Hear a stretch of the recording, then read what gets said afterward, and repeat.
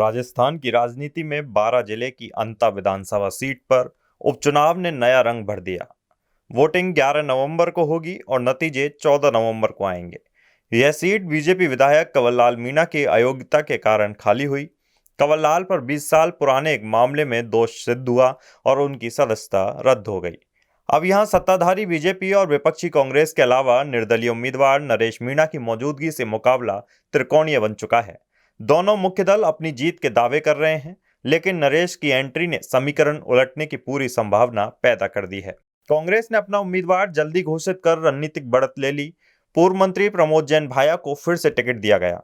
2023 के विधानसभा चुनाव में भाया यहीं से बीजेपी के कंवरलाल से 5,861 वोटों से हार गए थे। भाया का कहना है कि नरेश मीणा की उम्मीदवारी से उनकी जीत पर कोई भी फर्क नहीं पड़ेगा। वहीं बीजेपी अपने उम्मीदवार का ऐलान नहीं कर पाई है। पार्टी कंवरलाल के परिवार से किसी को टिकट देने पर विचार कर रही है। पूर्व मंत्री प्रभुलाल सैनी जैसे नाम भी इसमें चर्चा में है। बीजेपी के प्रभारी सांसद दामोदर अग्रवाल ने तैयारियों को तेज कर दिया है, लेकिन नरेश मीणा ने 14 अक्टूबर को नामांकन भरने का ऐलान कर सबको चौंका दिया।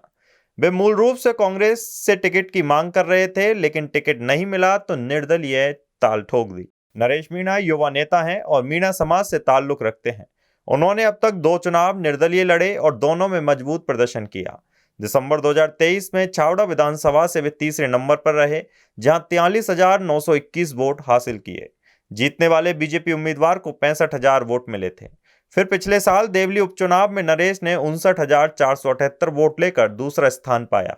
वहां बीजेपी के राजेंद्र गुर्जर जीते, लेकिन कांग्रेस के केसी मीणा 32,000 से कम वोटों पर सिमट गए और जमानत भी नहीं बचा सके। विशेषज्ञों का मानना है कि नरेश की मौजूदगी ने कांग्रेस को नुकसान पहुंचाया। अंत में भी ऐसा ही हो सकता है।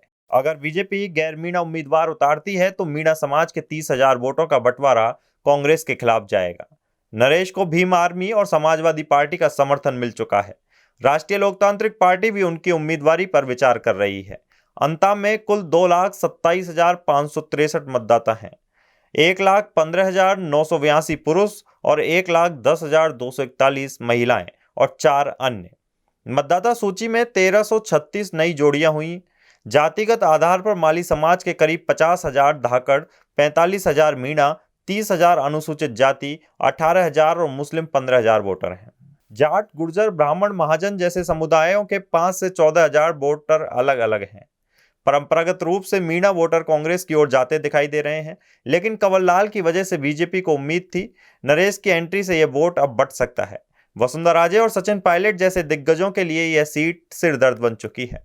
अंता का यह उपचुनाव सरकार की लोकप्रियता का आईना बनेगा। बीजेपी जीत को अपनी उपलब्धि बताएगी, वहीं हार पर कांग्रेस हमलावर हो जाएगी। नरेश की मजबूत पकड़ से कांग्रेस को सबसे ज्यादा खतरा बनता दिखाई दे रहा है।